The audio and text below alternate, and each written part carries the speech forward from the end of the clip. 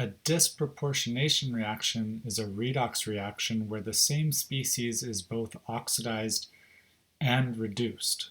So it's possible for the same species to be oxidized and reduced.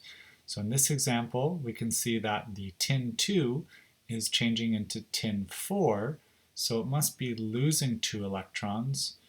But tin 2 is also turning into tin in its elemental form, so it must gain 2 electrons. So to balance this, we are going to put a coefficient of 2 in front of the tin 2 ion. The point is we can see tin is gaining and losing electrons here. It's also possible to have the reverse process where one species is reduced to form a product and another species is oxidized to form the same product, and this is called a comproportionation reaction.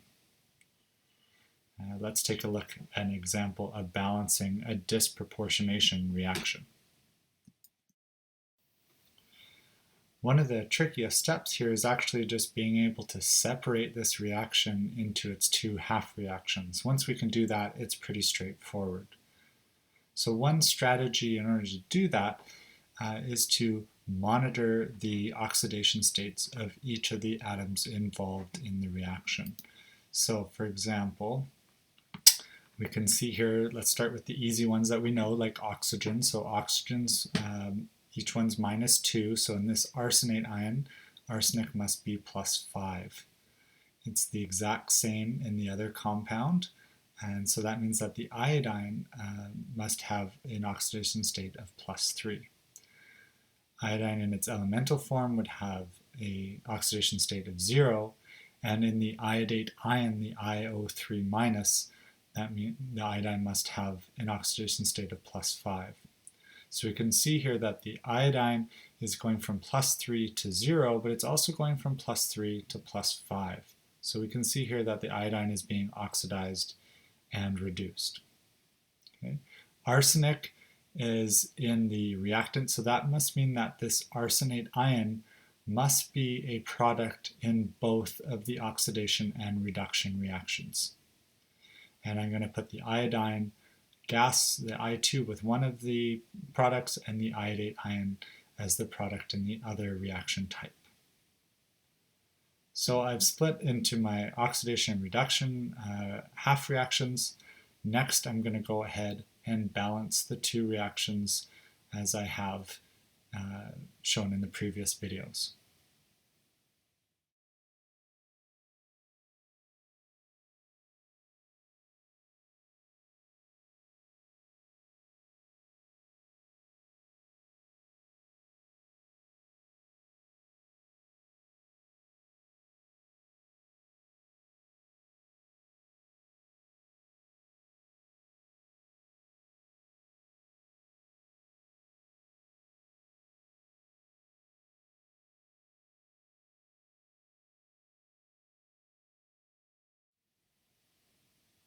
Once I have my two half reactions, I want to balance the number of electrons transferred so that the number gained is the same as the number lost. So I'm going to multiply my lower oxidation reaction by a coefficient of 3.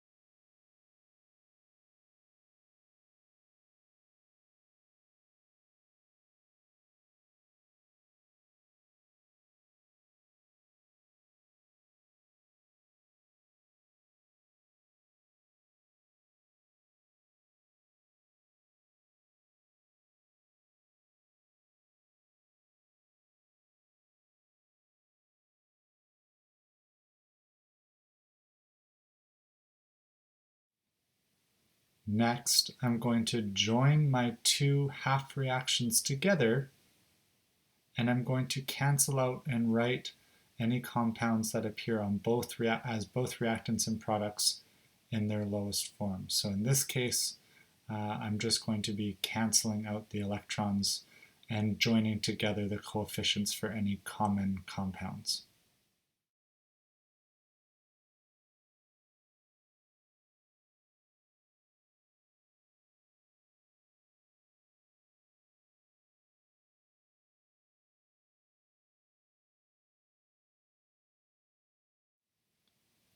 Finally, I want to write this in basic conditions, so I'm going to cancel out the hydrogen ions by adding 18 hydroxide ions to both the reactants and products. The hydrogen ions and hydroxides will combine to form 18 water molecules on the product side, so I'm going to write the number of water molecules in its lowest form rather than writing it as both a reactant and a product.